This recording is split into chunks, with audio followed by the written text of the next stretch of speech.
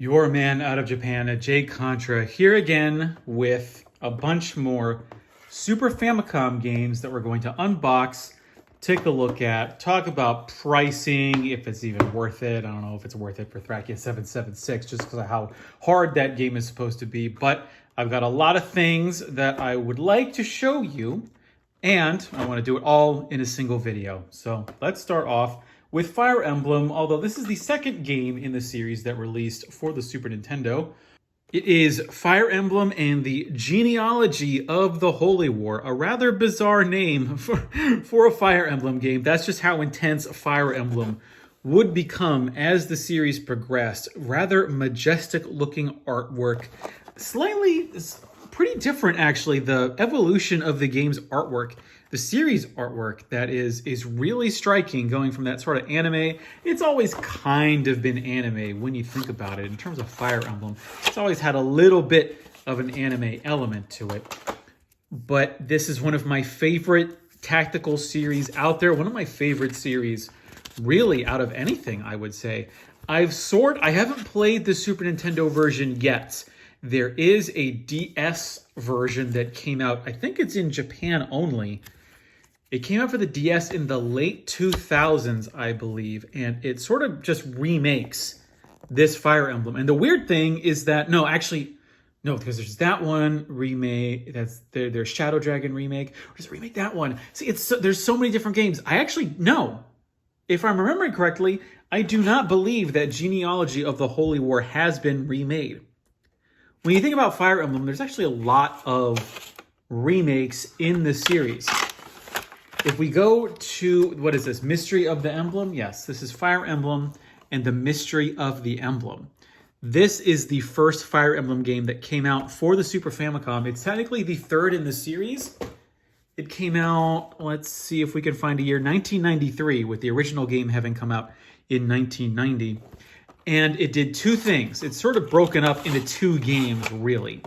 The first game, first chapter, being a remake of the original Fire Emblem that had come out in 1990. They gave it graphics. I think, hold on, is this the one? One of these is supposed to have the triangle in it. Am I missing that? I think it finally applied the weapons triangle, swords. It's like swords beat axes, axes beat spears. Oh my God, people are gonna go after me in the comments. And I swear I have played all of the DS versions of this game, and I can't remember which weapon beats which. It's been that long.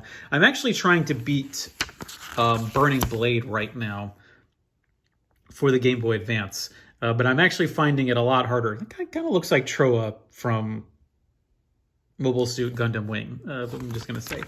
But yes, that's because this is all very anime looking. She's supposed to be an elf. I guess she's got weird ears.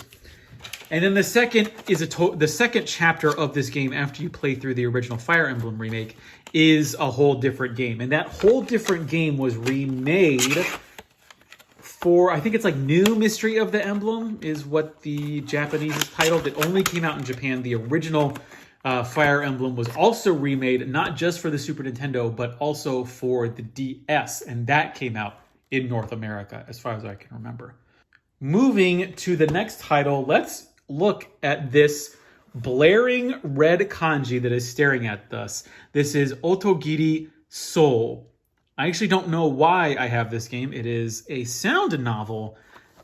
I'm going to look into this because I've played one other Japanese novel game before. There was a game that came out for the N64. It's like Firefly 2.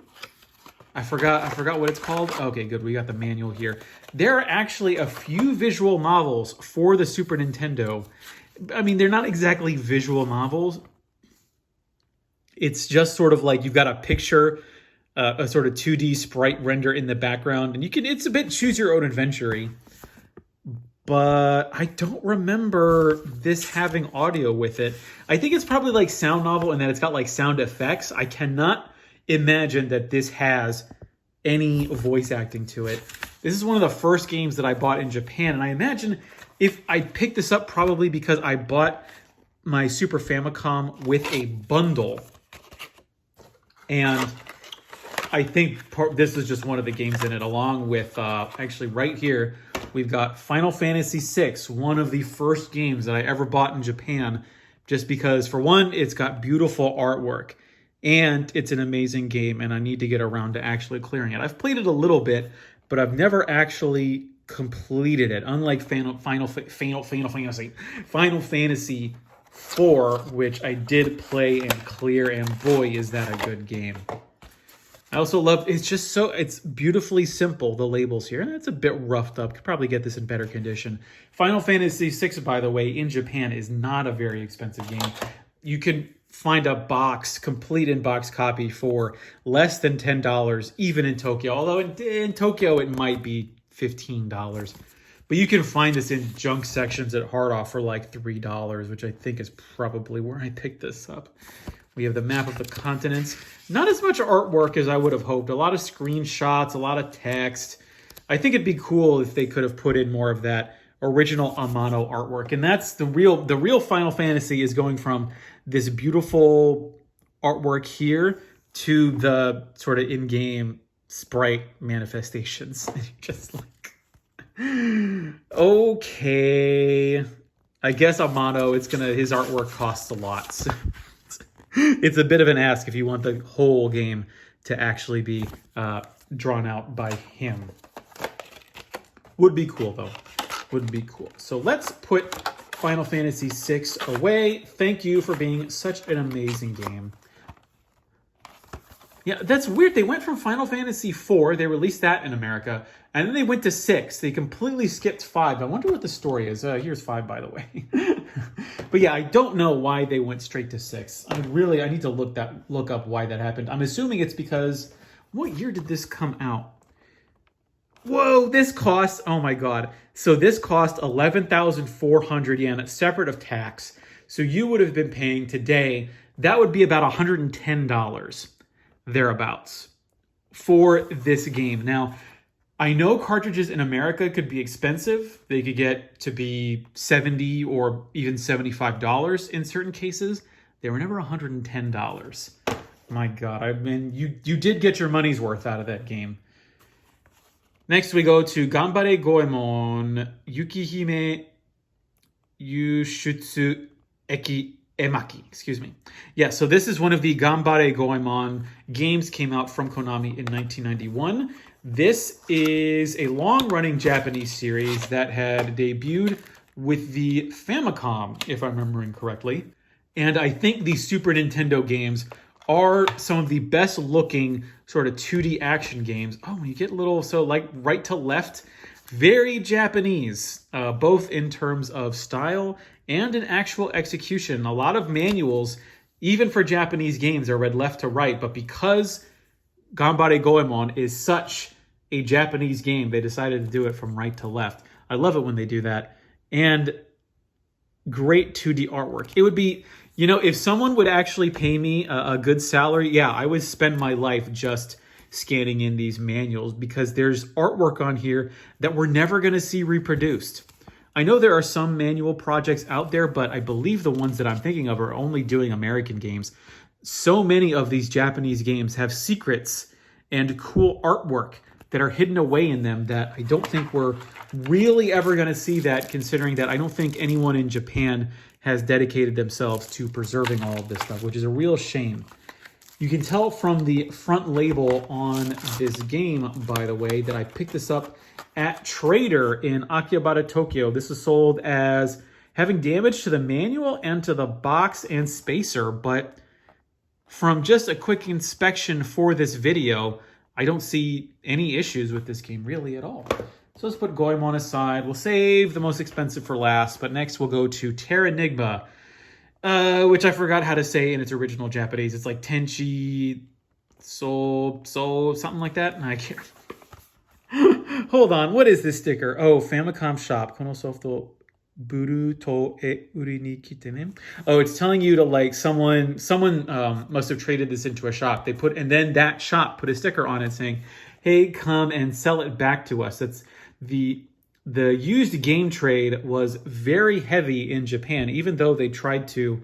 I don't know if any of these are going to have Some of these games, actually, I don't think any of these do, but there was a big controversy back in Japan in the mid-1990s about if you were legally allowed to deal in second-hand games. And there actually was a Japanese Supreme Court case that decided that, yes, actually, when you buy a game, you have the right to be able to sell it to either a shop or to someone else.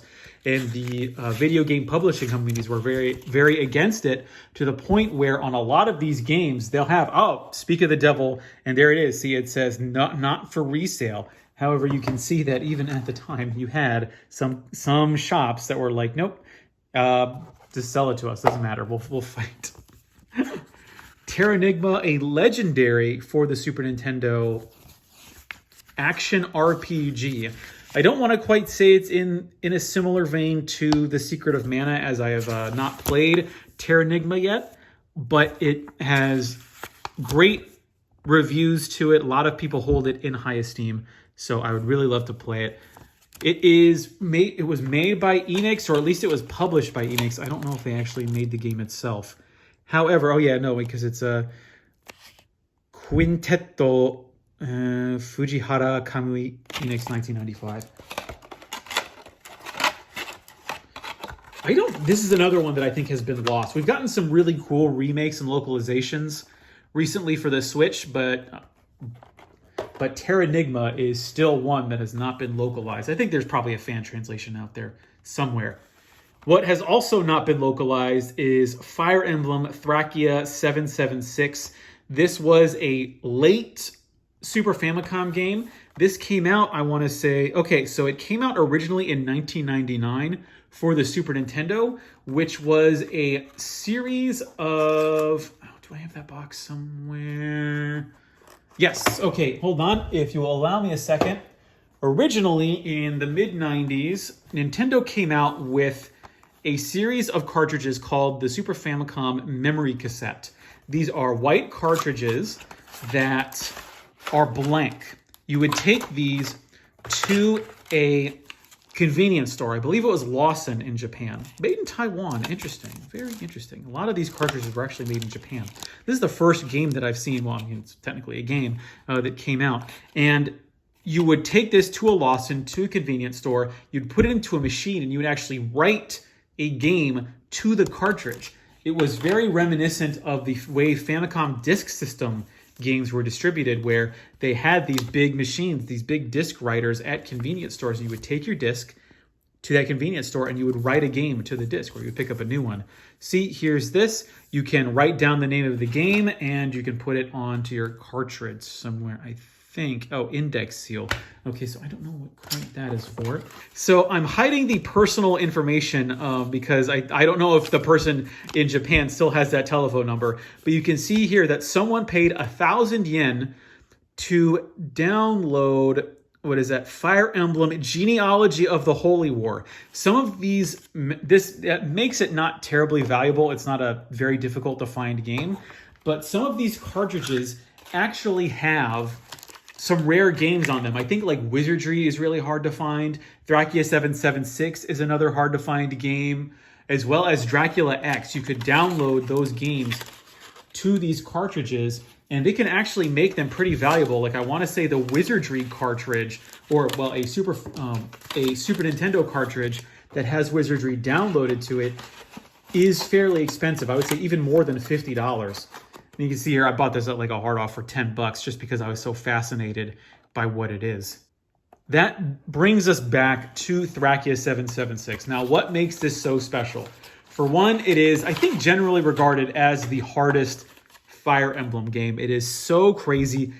Each one of your characters has like a stamina gauge, which means that you can only use them in battle a certain number of times. You can only do so many actions with them before you can't use them anymore. So unlike in previous games where you would just kind of depend on a couple of characters, or at least I would because I'm not terribly good at them, but you would get your like A team together and you would mostly use them to win the battles. You can't do that in this game. And I have very limited experience with it. I've not cleared it myself. One of these days I will. But boy, I think I'm going to need to be a lot better at Fire Emblem than I am now if I want to even think about actually being this.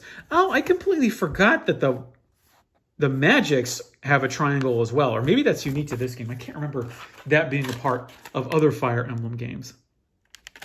So this came out, this was the third Fire Emblem game that released for the Super Nintendo, and it came out in 1999. So it came out 3 years after the Super Famicom had become obsolete by the release of the Nintendo 64. Oh, I'm not even putting this on properly. And when it came out only for the download service of the Super Nintendo cartridges, or Nintendo Power cartridges, but then it got a physical release in the year 2000. That's the same year that Majora's Mask was coming out for the N64. And so it had low print numbers, and it's now, I think, like a $200 game. And this is like, it's a much more beat up than I would have hoped. I was just really into Fire Emblem at the time when I bought this, and I just really wanted to have it. So a really interesting set of games. I hope you enjoyed looking at the art or learned something about Super Nintendo collecting, Super Famicom collecting. I love all of these games, and the ones that I haven't cleared yet, I will when I can.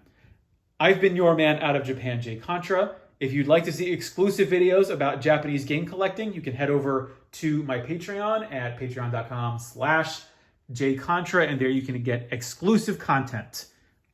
Thanks for watching, and mahalo.